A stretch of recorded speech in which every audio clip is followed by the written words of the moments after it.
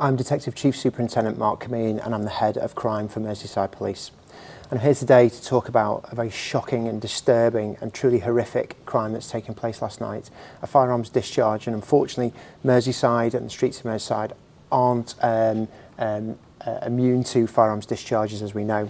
But last night what we saw was a 15-year-old schoolgirl who was stood in a bus stop in a school uniform, having finished her day at school, waiting to go home to see her parents, to do study, to watch television and to prepare for her GCSEs, innocently shot in the back, and it's caused horrific injuries. She's lucky to be alive. It's an absolute miracle and a credit to doctors and nurses that treated her.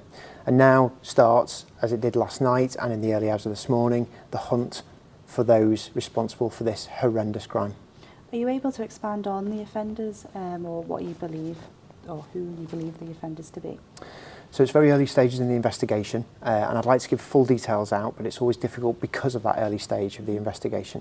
However, what we do know at the moment is we think there were a group of 4 or 5 males riding around on, we think, electric bikes in the area of North Hill Street, Princess Road, Lodge Lane, Upper Warwick Street, where the attack took place. We think they've been there for a little period of time, and that's why we're asking for information from at least 4:30 in the evening through to 5:30 at night. They were wearing dark clothing, and unfortunately many of the people listening to this interview will know that this almost feels like standard attire for them all now that they all wear. And their faces were covered as well, again, because they're cowardly, because they don't really want to get caught, because they're quite happy to ride around indiscriminately shooting guns, but they're frightened of the consequences if they get found out. So they've hidden their faces. They've been riding around that area. One or more of them has shot this gun, which we think at the moment is a handgun.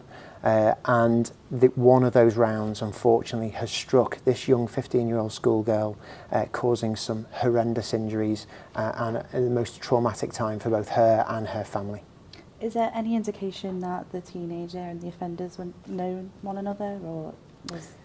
It's too early to say at this stage, and what I do want to talk about though is the fact that that's why we need our communities to work with us at this time. We're appealing for information, and as I've just said, between 4:30 and 5:30 in the evening, were you in the area of Lodge Lane, were you in the area of Upper Warwick Street, were you in the area of North Hill Street or Princess Road? It was 5:10 in the evening, so it's light. We've got people travelling home from work, we've got people arriving home in that area, we've got people stood in bus stops like our 15-year-old child victim, waiting to go get on a bus. You might have been on a bus or stood in traffic or walking your dog or wherever you may be in that area at that time. Any information that you have that you can come forward and provide to us, any dash cam footage. The key things that I want now from this appeal is I want to know who's responsible for this attack first and foremost, so tell me their names. I then want to know where they are right now. Where are they? Where are they staying? Where are they living? Where are they sleeping? Because they'll be scared themselves now and they won't want to be out and about in our community, so they'll be hiding themselves away. So where are they? Mm-hmm. I want to know where those bikes are. So I want people to come forward and tell me exactly where those bikes are, and I want to know where that gun is. And people know this information. They will have trusted people, but those trusted people need to consider exactly the horrific circumstances that we are talking about today.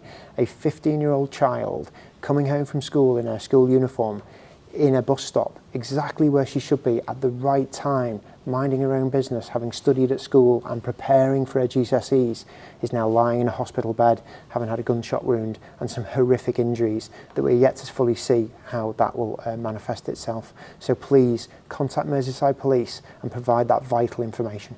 And just a final question, what message would you give to parents and the rest of the community to reassure them? Yeah, I mean, I can understand how when we look at this as one incident, it's horrific, and rightly so. It's an accident that this girl has been hit, but that doesn't make it any less serious or significant from the acts of those individuals that are involved. So what I would say is Merseyside Police continues to work incredibly hard at tackling serious and organised crime. We are excellent at how we deliver on that. We've been graded as outstanding by HMIC repeatedly over the last couple of years for the way we tackle it. So we do it really, really well. We've reduced firearms discharges in this force over the last 2 years by 50%, the lowest in 2 decades.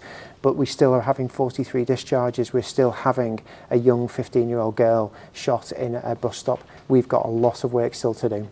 And then furthermore, What we do as well is we have high visibility patrols so that our communities will see that over the coming days and weeks.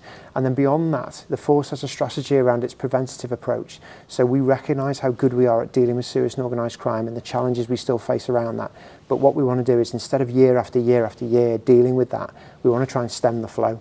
And the way we stem the flow is, as well as being hard-edged around serious and organised crime and those responsible for it, we start to put measures in place earlier on to divert young people away from criminality. And we, our partners, communities and parents all have a big part to play in that.